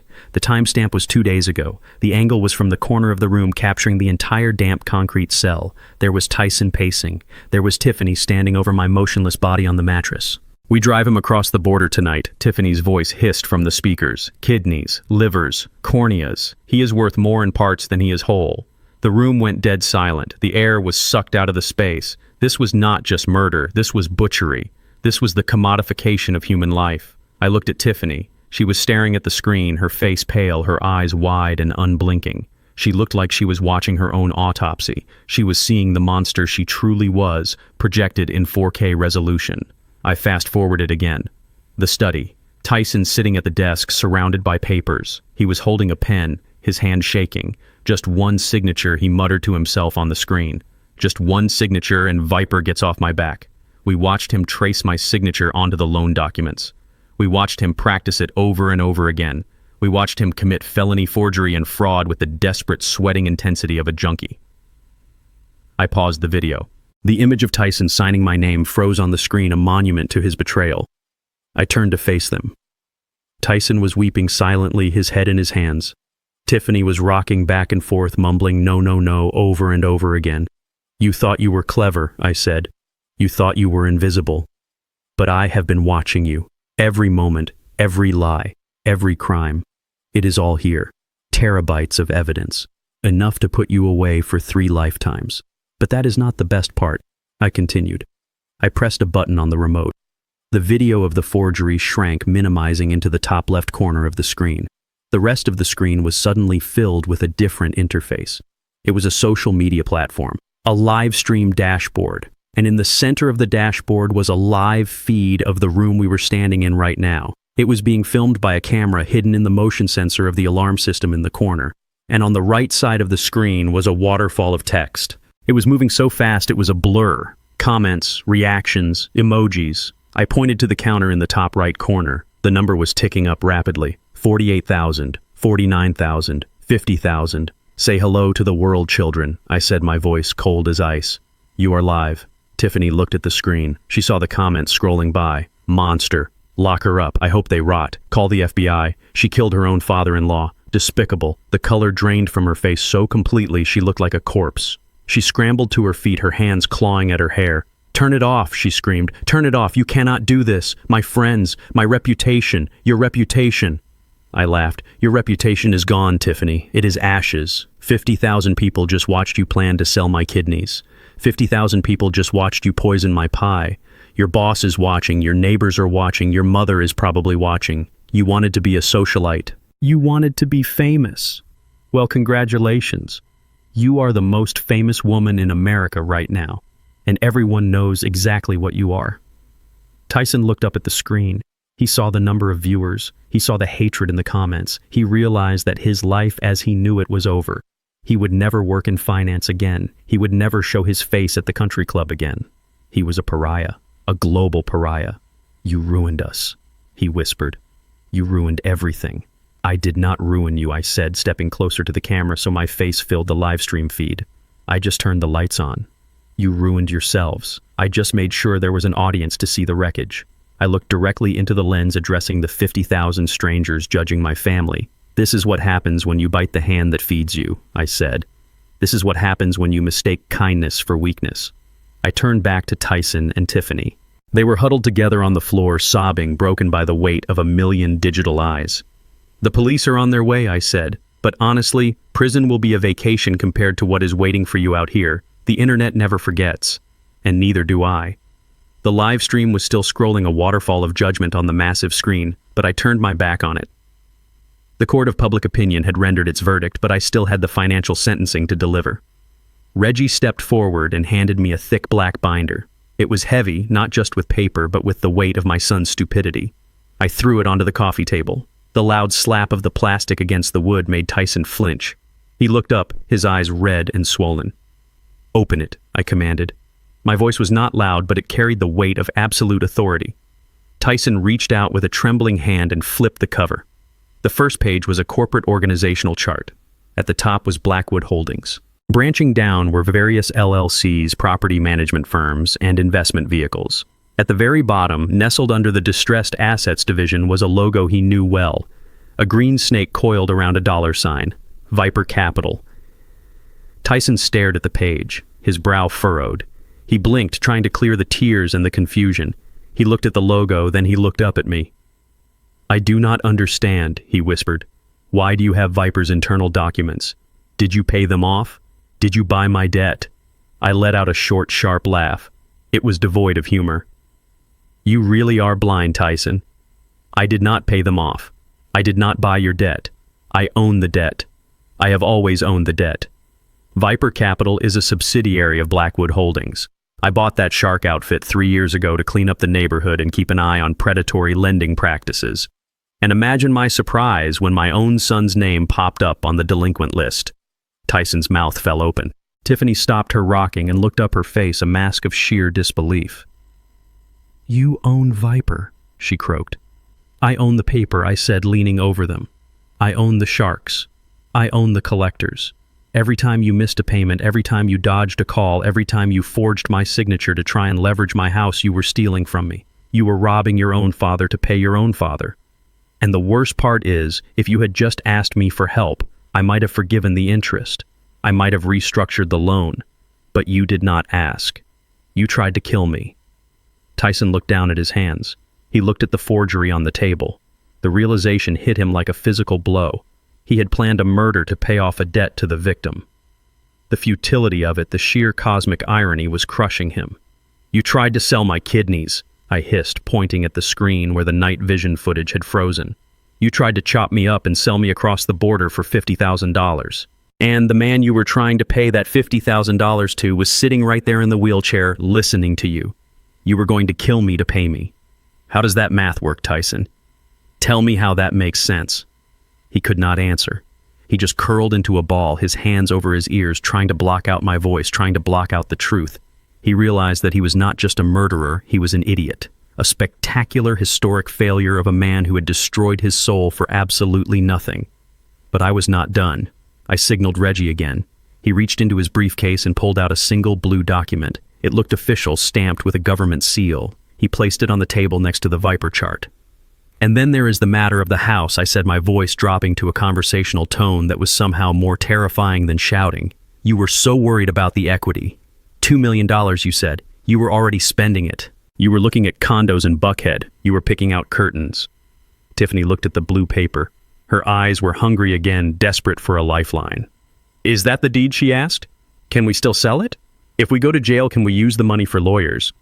I shook my head slowly, marveling at her tenacity. "You still do not get it, do you? You cannot sell this house. You never could, because this house does not belong to me." "What do you mean?" Tyson asked, lifting his head. "It is in your name. I checked the county records. You checked the public records," I corrected. "You did not check the trust filings. 5 years ago, after your mother passed, I transferred the deed of this property into an irrevocable charitable remainder trust. The beneficiary is the St. Jude's Home for Orphaned Children." The room went silent again. Even the live stream chat seemed to slow down as the viewers processed this new twist. "I have a life estate," I explained. "That means I have the right to live here until my heart stops beating.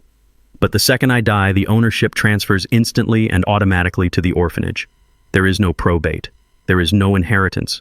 There is no equity for you to steal." I leaned in closer, my face inches from Tiffany's. "So when you were grinding up those pills, when you were planning to push me down the stairs or drive me to Mexico, you were not speeding up your inheritance. You were speeding up your eviction. If I had died tonight, you would have been homeless by morning. The charity would have kicked you out before my body was even cold. You were killing me to make yourselves destitute." Tiffany stared at me. Her brain was trying to find a loophole, trying to find a way to win, but there was none. The walls were closing in. The house she coveted, the symbol of the status she craved, was a mirage. She was sitting in a house that belonged to orphans. She was a squatter in a charity ward. "We have nothing," she whispered. The realization was total. Her voice was hollow, stripped of all its sharpness. "We have no money. We have no house. We have no jobs. We have nothing." "You have debt," I reminded her. "You owe me $300,000 in credit card fraud. You owe Viper $50,000 plus penalties. And you owe the state of Georgia a lot of time." Tyson let out a low moan, a sound of pure animal despair. He looked around the room, at the lavish furniture, at the expensive electronics, at the trappings of the life he had stolen. It was all dust. It was all borrowed. He had betrayed the only person in the world who had ever truly loved him, and he had done it for a prize that did not exist. He had sold his soul for fool's gold. I stood up straight, adjusting my cuffs. The final nail was in the coffin. I had stripped them of their illusions. I had shown them that their greed was not only immoral, it was incompetent. They were not masterminds. They were fools playing with matches in a powder keg. And now the explosion was here. Tiffany collapsed. It was not a theatrical faint. It was a genuine physical failure. Her legs gave out and she slid sideways, hitting the floor with a dull thud. She curled into a fetal position, her expensive dress bunching up around her waist, her face pressed into the Persian rug. She began to scream. It was a high, thin sound like a tea kettle boiling over. She screamed for her lost life. She screamed for her lost freedom. She screamed because the reality of her future had finally crashed down on her. She was going to prison. She was going to be a felon. She was going to be poor. And for a woman like Tiffany, being poor was a fate worse than death. Tyson did not scream. He just shook. He sat cross-legged on the floor, rocking back and forth, his eyes wide and unseeing. He was muttering to himself a stream of gibberish. "I am sorry, Dad. I am sorry." It was the pie, the blue pills, the ink. It is hard to wash off. He looked at his thumb. The red ink from the pad was still there, bright and damning.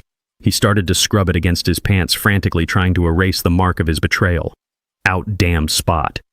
But it would not come off. It was stained into his skin, just as his crime was stained into his soul. Reggie stepped up beside me. "The police are 2 minutes out, Cyrus," he said quietly. "The perimeter is secure." I looked down at the wreckage of my family, my son broken and babbling, my daughter-in-law screaming into the carpet, the live stream audience watching it all, eating up the tragedy. It was a scene of total devastation, a nuclear wasteland of the heart. I felt a pang of sadness, not for them, but for the memories that had lived in this house. The Christmas mornings, the birthday parties, the quiet dinners with Beatrice. All of it was tainted now. This house was a crime scene. "Open the door, Reggie," I said, turning away from them. "Let the officers in. I am done here." I walked toward the kitchen, leaving them on the floor. I needed a glass of water. My throat was dry. And I needed to wash the taste of sweet potato pie out of my mouth forever. As I ran the tap, I heard the sirens cut their wails as they pulled into the driveway. The blue lights flashed through the window, illuminating the kitchen in harsh strobes. It was the end of the party. It was the end of the line. And outside in the cool night air, I could finally breathe again. I stood at the kitchen sink, gripping the cold glass of water as the front door of the house disintegrated. It did not open. It was breached. The battering ram hit the heavy oak with a thunderous crack that shook the foundation, sending a cloud of splinters and dust into the foyer. The noise was deafening, a chaotic symphony of shouting voices and heavy boots stomping on hardwood. A dozen tactical officers flooded into the living room, their weapons drawn, their flashlights cutting through the gloom like lightsabers. They moved with a terrifying efficiency, shouting commands that overlapped into a wall of sound. "Police, get down, hands where I can see them, nobody move." The party guests, the sharks and bottom feeders who had been so arrogant moments ago, hit the floor instantly. They knew the drill. They scattered like cockroaches exposed by a sudden light covering their heads and curling into balls. I watched calmly from the kitchen archway. I took a sip of water. It was cool and clean, washing away the lingering phantom taste of betrayal. Reggie stood near the fireplace, his hands raised calmly, showing his palms. He was the only one not panicking. He knew the officers. He had likely briefed the captain himself. The officers swarmed Tyson and Tiffany. They were not treated gently. This was not a white-collar arrest for tax evasion. This was a takedown for conspiracy to commit murder and human trafficking. An officer in full riot gear grabbed Tyson by the back of his shirt, hauling him up from the floor. Tyson let out a yelp of surprise, his legs scrambling for purchase. Another officer secured Tiffany, twisting her arms behind her back with professional force. The click of the handcuffs ratcheting shut was the sweetest sound I had heard in 40 years. It sounded like justice. It sounded like closure. The room was a whirlwind of blue uniforms and terrified screams, but amidst the chaos, I walked slowly into the living room. The officers parted for me, knowing who I was. I stood in the center of the storm, the eye of the hurricane, watching the final destruction of my son's life. He looked at me, his eyes wide with terror and confusion. He looked at the police, then back at me, realizing finally that there was no escape.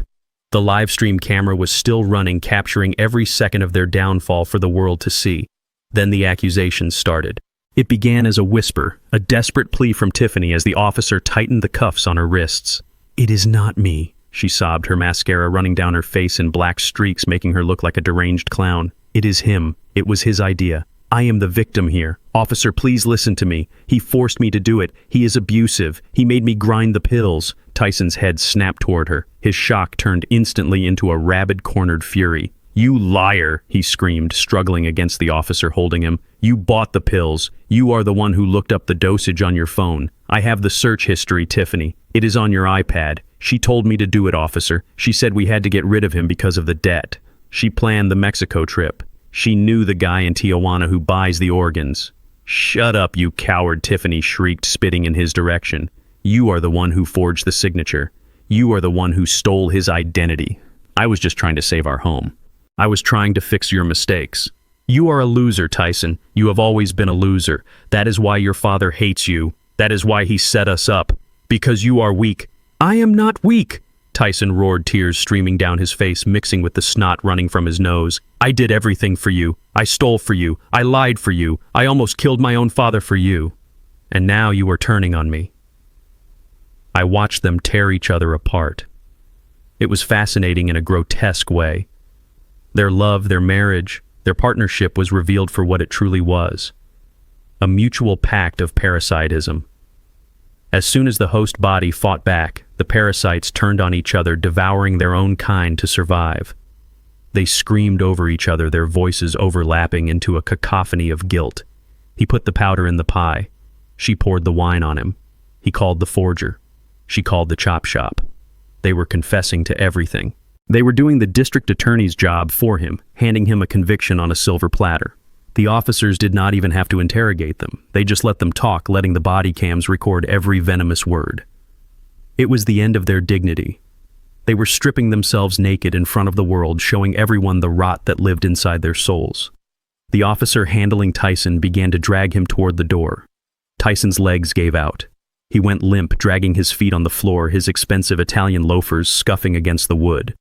He looked back at me. His rage evaporated, replaced by a sudden crushing realization of his doom. He saw me standing there untouched, unmoved, and the reality of his situation broke him. Dad, he wailed. The word hung in the air, pitiful and small. He threw himself forward, breaking the officer's grip for a second.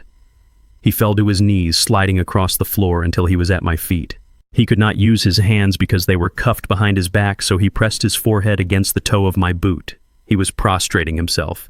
He was begging, Dad, please. Tell them to stop. Tell them it was a mistake. I am your son. I am Tyson. You taught me to fish. You taught me to ride a bike. Do not let them take me. I am scared, Dad.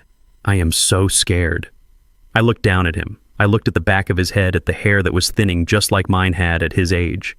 I remembered holding him when he was a baby, promising to protect him from the world. I remembered the pride I felt when he graduated college. I remembered the day he got married, thinking he had found happiness.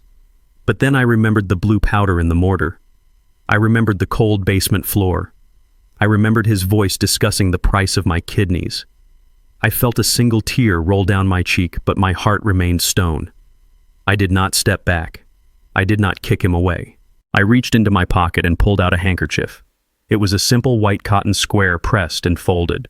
I leaned down slowly. Tyson looked up, hope flaring in his wet eyes, thinking I was reaching for him, thinking I was going to wipe his tears. I reached past his face.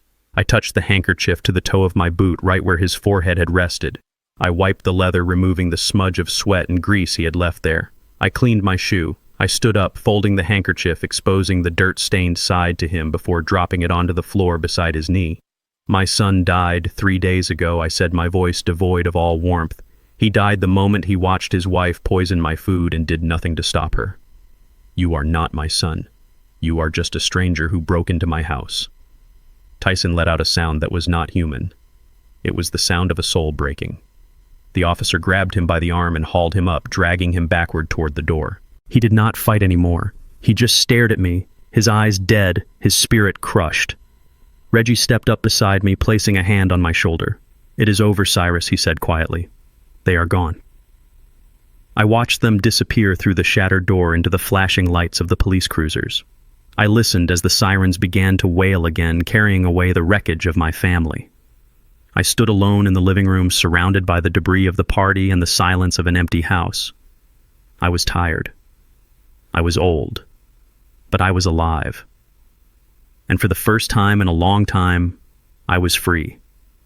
The trial was not a spectacle, it was a formality.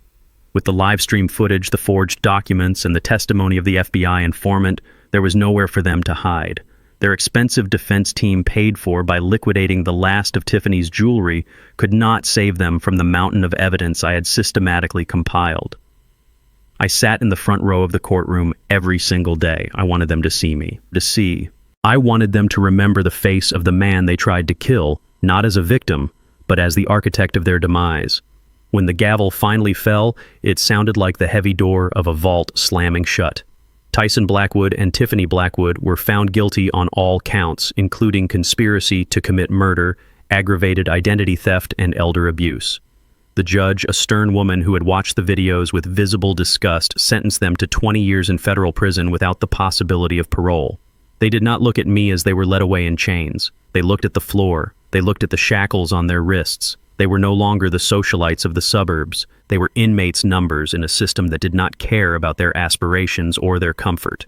The house was seized by the authorities. The cars were repossessed. The remaining assets were auctioned off to pay a fraction of the restitution they owed me and the state.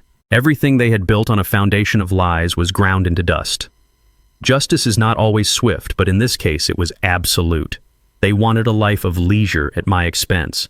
Now they have plenty of leisure time in a 6x8 cell to think about the price of sweet potato pie. 6 months later, I stood on a quiet hill overlooking the Atlanta skyline. The grass was green and manicured, the air smelling of magnolias and fresh rain. In front of me stood the simple granite headstone of my wife, Beatrice. For years I had come here alone, bearing the weight of my secret success and the heavy burden of our son's failures. But today I was not alone. Standing behind me in a respectful semicircle were 12 young men and women. They were doctors, engineers, teachers, artists. They were not my blood. They did not share my DNA. They were the children of the St. Jude's Home for Orphaned Children. They were the recipients of the trust fund I had established decades ago. The true beneficiaries of the real estate empire I had built in the shadows. I had paid for their colleges. I had mentored them. I had watched them grow into the people Tyson refused to become. A young woman named Sarah stepped forward. She was a pediatric surgeon, now a woman who saved lives every day instead of trying to take them. She placed a hand on my arm. "We are here for you, Mr. Blackwood," she said softly. "You are our father in every way that matters." I looked at them. I saw respect in their eyes. I saw gratitude. I saw love. It was not the transactional love of Tyson and Tiffany. It was earned. It was real. I realized then that I had not lost a family. I had simply pruned a dead branch so the rest of the tree could flourish. Beatrice would have loved them. She would have been proud, not of the money, but of the lives we built with it. People often ask me if I regret what I did. They ask if it hurts to send your own flesh and blood to prison. The answer is simple. No. Regret is for mistakes. What I did was a correction. I spent a lifetime believing that blood was the strongest bond on earth. I thought that if I gave my son enough, if I loved him enough, he would become a good man. I was wrong. Blood is just biology. Loyalty is a choice. Integrity is a choice. And when someone chooses to betray you, they forfeit their seat at your table regardless of whose last name they share. I learned the hard way that you cannot buy character. You cannot inherit dignity. Money is a magnificent tool, but it is a terrible master. It revealed my son's rot, just as surely as it revealed the potential in the orphans standing behind me. I turned away from the grave. I walked down the path, my head held high, my stride strong. Waiting at the curb was not my rusted Ford truck. It was a gleaming black Rolls-Royce Phantom. The driver opened the door for me. I slid into the leather seat, leaving the dust of the past behind. I had my health. I had my true family. And I had my peace. The world thought I was a victim. They thought I was a frail old man ripe for the taking. They forgot that before you can build a skyscraper, you have to dig a deep foundation. And I have been digging for a very long time. I am Cyrus Blackwood, and I am just getting started. This story teaches us a brutal but necessary truth. Biological relation is not a license for abuse. We often cling to toxic family members out of a sense of obligation, believing that shared DNA justifies forgiveness for the unforgivable. But true loyalty is earned through respect, not inherited at birth. My son mistook my silence for stupidity, and my generosity for weakness, proving that money does not change people, it simply unmasks them. In the end, the most important investment you can make is not in real estate or stocks, but in your own self-worth. Never set yourself on fire just to keep ungrateful people warm.